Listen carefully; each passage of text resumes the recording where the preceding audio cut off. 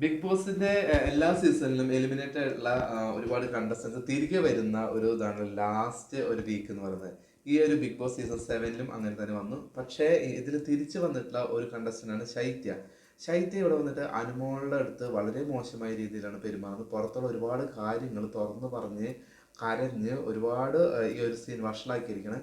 പക്ഷെ പുറത്തെ കാര്യങ്ങളൊക്കെ പറയുമ്പോൾ ബിഗ് ബോസ് അതിന് തടയിട്ടിട്ടില്ല കേട്ടോ. പറയട്ടെ, അതൊരു കണ്ടന്റ് ആവട്ടെ എന്ന രീതിയിൽ ബിഗ് ബോസ് മിണ്ടാതിരിക്കുകയാണ് ചെയ്തിട്ടുള്ളത്. ശൈത്യ കുറേ കാര്യങ്ങൾ പറയുന്നുണ്ട്. ഞാൻ ഇങ്ങനെയാണ് കട്ടപ്പയാവുന്നത്, എന്നെ ഞാൻ ഇവിടെയാണ് ബാക്ക് സ്റ്റാബ് ചെയ്തിട്ടുള്ളത്, അതിന് എന്താണ് പ്രൂഫ് എന്നൊക്കെ ചോദിക്കുന്നുണ്ട്. അപ്പോൾ അനുമോള് പറയുന്നുണ്ട്, എനിക്ക് അതിനുള്ള തെളിവുകളും കാര്യങ്ങളൊക്കെ എനിക്ക് മനസ്സിലായിട്ടുണ്ട്, പക്ഷെ അത് ഇതിനകത്ത് പറയാൻ എനിക്ക് താല്പര്യമില്ല. കാരണം ഇതൊരു ഗെയിമാണ്. അവിടെ അത് ഗെയിം അത് ചിലപ്പോൾ എങ്ങനെ എഫക്റ്റ് ചെയ്യും എന്നുള്ളത് അനുമോൾക്ക് ഒരു ചിന്ത വന്നിട്ടുണ്ട്. അത് അനുമോളുടെ ഗെയിം ആയത് അനുമോൾ തുറന്നു പറയാം. ഞാൻ ഇത് പുറത്ത് പോയിട്ട് ഞാൻ പറഞ്ഞോളാം, വേണമെങ്കിൽ ഇന്റർവ്യൂവിൽ പറയാം, അല്ലെങ്കിൽ ഈ ഒരു പുള്ളിക്കാരത്തിനെ നേരിട്ട് തന്നെ പറയാം, അല്ലെങ്കിൽ ഇന്ന് രാത്രി പറയാന്ന് വെച്ച കാര്യമാണ് കേട്ടോ ഈ ഒരു കാര്യം. അപ്പൊ അതുകൊണ്ട് അനുമോൾ ഇപ്പൊ പറയുന്നില്ല, ഇനി പുറത്ത് വെച്ച് പറയുന്നുള്ളൂ എന്നുള്ള രീതിയിലാണ് അനുമോൾ പറഞ്ഞത്. വളരെ ശരിയാണ്.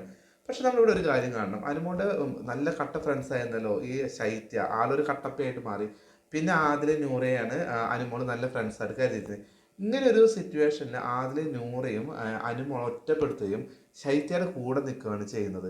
അതായത് ശൈത്യ പറയുന്നത് വെച്ച് കഴിഞ്ഞാൽ, നിങ്ങളെയും അനുമോൾ പുറകിൽ നിന്ന് കുത്തും, നിങ്ങൾ പുറത്ത് നിങ്ങളെക്കുറിച്ച് ഇവൾ പറയുന്നത് ഞങ്ങൾ കേൾക്കുന്നുണ്ട രീതിയിലൊക്കെയാണ് പറയുന്നത് ശൈത്യ. അതൊക്കെ വളരെ മോശമാണ്.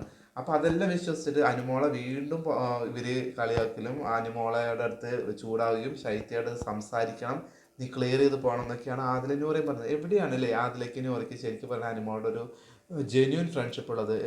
ഉണ്ടെന്ന് എനിക്ക് തോന്നുന്നില്ല. ശൈത്യയോട് അവർക്ക് ഉണ്ടെന്ന് തോന്നുന്നു, പക്ഷെ അനുമോളോട് അത് ഇല്ല.